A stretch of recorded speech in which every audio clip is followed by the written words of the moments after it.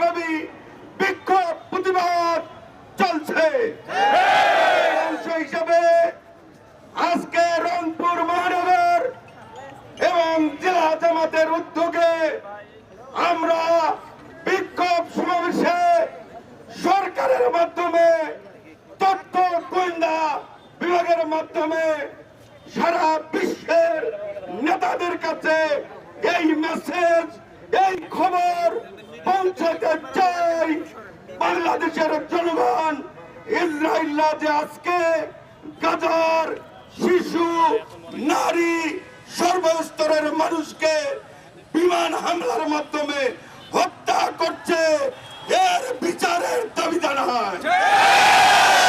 সেই সাথে সাথে বিশ্ব নেতাদের মধ্যে আমরা ওআইসি কে বলতে চাই, আপনারা অথর্ব, আপনাদের হাত পা কোথায় বাধা রয়েছে? আজকে বিশ্ব নেতাদের মধ্যে আমরা জাতিসংঘের কাছে প্রতিবাদ জানাতে চাই। আজকে মুসলমানেরা কোথাও একটি লোক মারলে আপনি জরুরি বৈঠক করে মুসলমান বিরুদ্ধে অবস্থান নিতে পারেন। আপনার চোখ, জাতিসংঘের চোখ উপরে ফেলা হবে। ইসরায়েলদের, ইহুদিদের বিচার না করা হয়, জাতিসংঘ মানি না।